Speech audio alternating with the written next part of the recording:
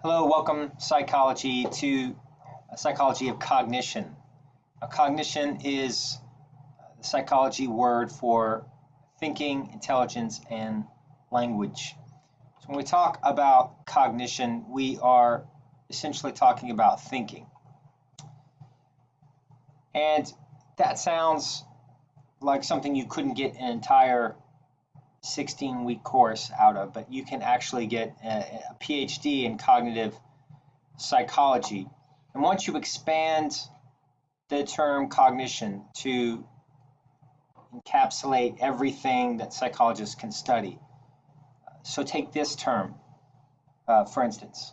It actually puts it in perspective for us. It's a mental activity for organizing, understanding, and communicating. Now, psychology did not always embrace the study of thinking and the study of mental activity. In a reaction against Sigmund Freud and his study of the unconscious mind, the behaviorists really took a radical position in saying that if you can't measure it, it doesn't exist. We don't know it exists. So cognitive psychologists, those who believed you could study thoughts and mental activity, were tasked with proving it. And so you had some interesting research studies that did the very thing that behaviorists thought was not possible. So you have the mental image. Now, if I ask you how many windows you have in your house, most of my students in class will do something like this.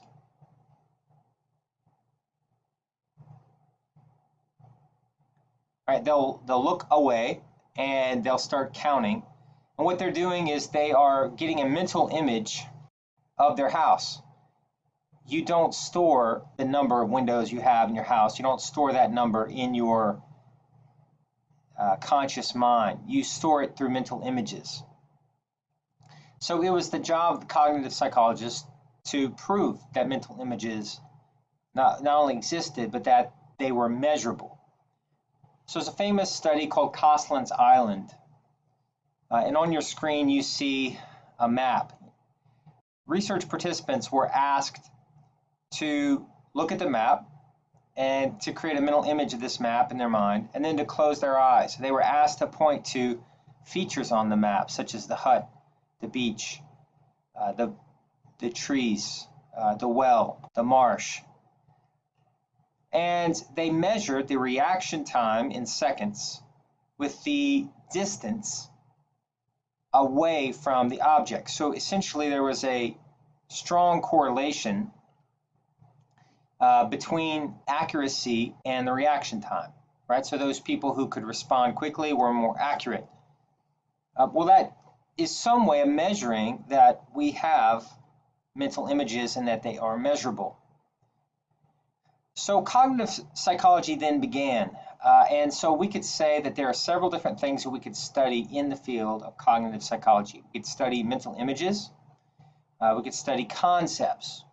A concept is an idea that represents a category of objects, events, or activities.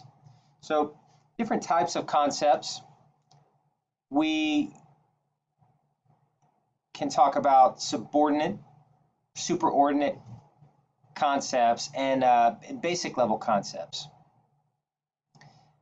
What I really like to drill down on is a couple of types of concepts that students will interact with. So if you take a look at formal concepts, this is defined by specific rules or features. So the concept of a baseball game, that would be a formal concept. Natural concepts are from the general world, right? They form as a result of real world experience. And these can be somewhat abstract. It can be difficult is that they're not necessarily governed by specific rules and features. Now, I guess the type of concept that I end up spending the most time on is the idea of the prototype. And the reason why I think this is interesting is because we can relate to prototypes as an example of a concept that closely matches defining characteristics. If I ask you to tell me about fruit, you probably would describe it as something that has seeds, but then eventually you would start describing the prototypical fruit, which you would probably say, fruits that are very common in our culture. So we can actually research this. So in a study of Roche and Mervis in 1975, they simply asked research participants to provide the prototype of a vehicle, prototype concept of a fruit. And in terms of the prototype, these are at the top. If I say, give me an example of a car, give me an example of a vehicle, you would say a car, because it is the most typical of the type. And if you look at these two lists, if you descend down into the chart, it gets from prototypical to atypical. So at the very bottom of the vehicle list, you would see an elevator. An elevator is by definition a vehicle, as are roller skates. If you ask your parents for a vehicle for Christmas and they give you roller skates, I know you would probably not be too excited. For fruits, if your parent asks you if you would like a fruit and you said yes, and they give you a tomato, by definition they are giving you a fruit, but it is an atypical fruit. And I do think this idea in this chart, as it spells out, it's pretty interesting and kind of illustrates that cognitive psychologists are varied. You can study and find ways to really measure this. Cognitive psychologists are also interested in problem solving. Problem solving is cognition that's used to reach a goal by thinking or behaving in certain ways. So for instance, trial and error. This is one that you're most familiar with, as it is the basic problem solving strategy. This is one possible solution after another is tried until successful. And here you have a picture of two kids. They're playing this shape box game where you try to find the corresponding shape and you try to find the corresponding hole for that shape and to put the block in to the box. And so what you'll see young kids doing about the age of 2 is they'll take the circular block and they will try to cram it in the square hole, right? Square peg, round hole kind of analogy. And eventually it's almost like they're just moving it along the top until it just happens to drop in.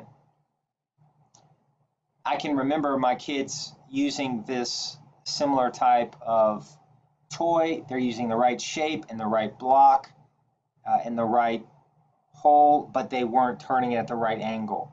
So you just kind of nudge it and the block disappears into the box. And their face lights up with this wonder.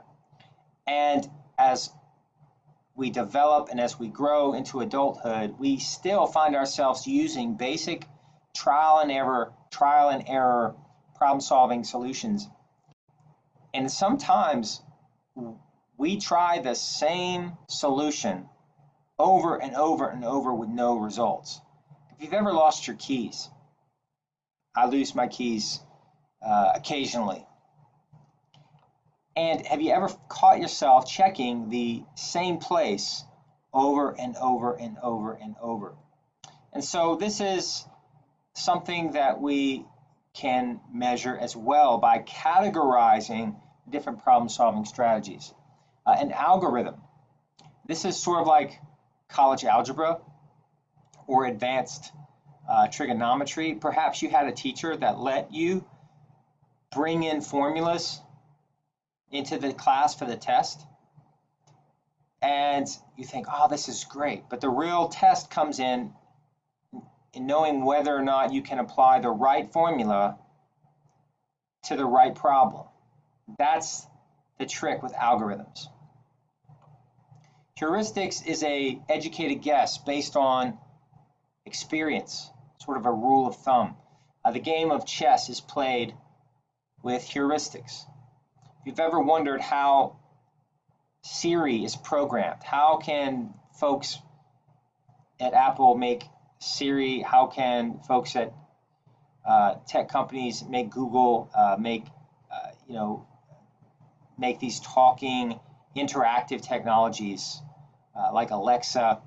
But if you take a look at this, it's basically working the same way we might play the game of chess. We have artificial intelligence that's programmed based on a rule of thumb. So artificial intelligence is basically a human-designed program to create a machine that thinks like a human, whether it's a self-driving car, whether it is GPS, whether it is the aforementioned Alexa, Siri. And artificial intelligence really took a step forward in 1997 when the computer program Deep Blue beat a world chess champion, was top-ranked chess player Garry Kasparov in 1997. So Deep Blue was programmed to use heuristics, the same kind of decision-making process humans use when playing chess. Now, functional fixedness would be something that cognitive psychologists could study. They're looking now at problem-solving barriers. Have you ever thought only about the most typical functions of an object? Maybe thinking of an object in its most traditional form, but not thinking outside of the box. So one test of creativity is actually the multiple use test. So very intelligent, gifted people are given a paperclip and they're asked to provide as many different uses for the paperclip as they possibly can in a short amount of time. A mental set would be persistence in using past problem-solving patterns, even if they're not effective. So if you're persisting in trying the same solution that's failing over and over and over, this could be mental set. So when you think of creativity, oftentimes you may be thinking most about people who are artistic, people who draw, people who write music, people who paint. But psychologists who study cognitive psychology will think of creativity as solving problems by combining ideas or behaviors in new ways. Now, you have two ways of thinking, according to cognitive psychologists. You have convergent thinking. This is like a process of elimination in a multiple choice test, right? You eliminate two test items that aren't very good items. They're very unrealistic, kind of ridiculous even. And you're picking the two best options. And then from that, you're eliminating one based on other factors, such as familiarity, that kind of thing. But that's really the opposite of being creative. So being creative is when we begin to think divergently. So divergent thinking is where we take one point and we look at many different ideas or possibilities. So in terms of divergent thinking, I was once talking with a friend about a conflict, someone that he knew had been very offended, and in this mutual friend of ours, I gave this suggestion. All right, let's start with what this offended person would want to hear from you, and let's work back. And then all of a sudden the person, their eyes opened up and they realized that although they had not, in their mind, not injured the person, in looking from the other person's point of view, he could see now how the injury, the perceived injury took place. And that sounds very vague, I know, but the point is start at the end point. So let me give you another example. Sometimes people ask you all the time, what do you want to do for a living? And so as a career counselor, I might use divergent thinking. Let's picture what it would look like if you were in the best career possible for you. Satisfaction. Right. What would your day be structured like? What would your tasks be? What would your activities be? And work backwards. How can you get there? A lot of times we start at the beginning, right? Where should I go from here? It may help working backwards. Where do you see yourself in 15 years is actually divergent thinking if you look at it from the perspective of, okay, now how do we get you there?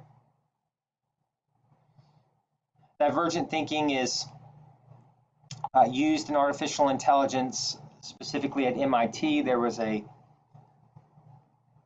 robot named Kismet that was programmed to mimic facial expressions. Now, how can you, assuming you're not going to be a computer programming artificial intelligence, how can you use divergent thinking in your everyday life to help you develop creativity, how to be a better scholar and a better student? So one way would just simply be brainstorming. Brainstorming is a divergent thinking strategy. So with brainstorming, you generate as many ideas as possible in a short period of time without judging each idea's merits until all ideas are recorded. Secondly, keep a journal. Carry a journal to write down as many ideas as they occur, or a recorder to capture those same ideas and thoughts. Specifically, if this journal is focused, that you're only recording things that are novel, unique problem-solving strategies. Free writing. Writing down or recording everything that comes to mind about a topic without revising or proofreading until all of the information is written or recorded in some way. And so you're only organizing it later. Mind or subject mapping. So you start with a central idea, you draw a map with lines from the center to other related ideas, forming a mental image of the concepts and their connections. So with the idea of mind or subject mapping, what you're doing is you're creating a map of an idea. This is something I have used for years to get students to write more effectively. I use it as a pre-writing strategy. Pre-writing is simply pre-thinking. A lot of my students don't really use creativity in their school. In fact, I think a lot of our education carves creativity out of the process. We are programmed to think uncreatively. A lot of multiple choice tests, a lot of just rote memory. But a mind map is simply, okay, put something you want to think about or write about in the middle of a page, and from there, tell me as many things as you possibly can about that thing, and you organize it later. The idea is to just get it out and simply to begin processing it, organizing it. It's good to do a mind map on a whiteboard so you can erase it, erase things and organize them even as you are thinking. Okay. So now as we move on to cognitive psychology, we're going to turn our attention to intelligence. If I asked you what intelligence is, you may give me any number of answers, most of them centering around the ability to do well in school. The psychologists, again, are not using this word that way. They actually would include academic performance as a component of intelligence, but it's actually much larger and broader of a topic. So we define intelligence as the ability to learn from experience, acquire knowledge, and adapt.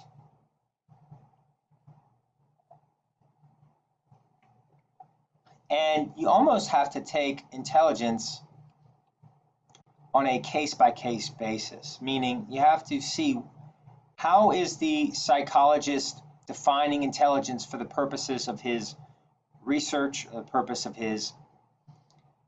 the application, right? The clientele. So, for instance, you have Spearman's G theory, who had Spearman's, you would say, the general intelligence, and you have specific intelligences.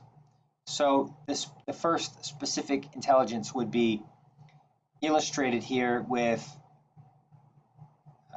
mathematic, logic, reason, followed by kind of applied intelligence, problem solving that you would use in sports, and then and then finally artistic intelligence.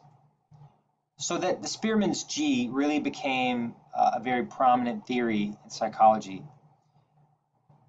Now, Gardner's multiple intelligence theory was sort of a game changer because from the outset, he said his desire was not to create an assessment-based intelligence. He was not trying to test anyone's intelligence.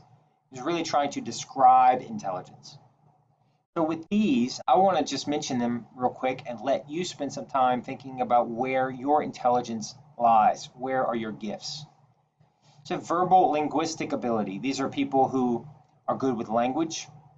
And yes, you might be effective picking up a new language, but someone with verbal linguistic language could be someone who's gifted in poetry, gifted with words, using words, the right word at the right time, poetry, musical intelligence. This could be everything from remembering a melody to mastering music theory, reading music, picking up different instruments quickly and playing them well. Logical and mathematical intelligence would be the ability to hold numbers in your working memory and to orchestrate them and use them and to perform complicated mathematical equations. Visual spatial memory. This could be a person who literally can visualize where they are in space, finding things, everything from finding their car in a amusement park's parking lot to using maps and visualizing space in that regard.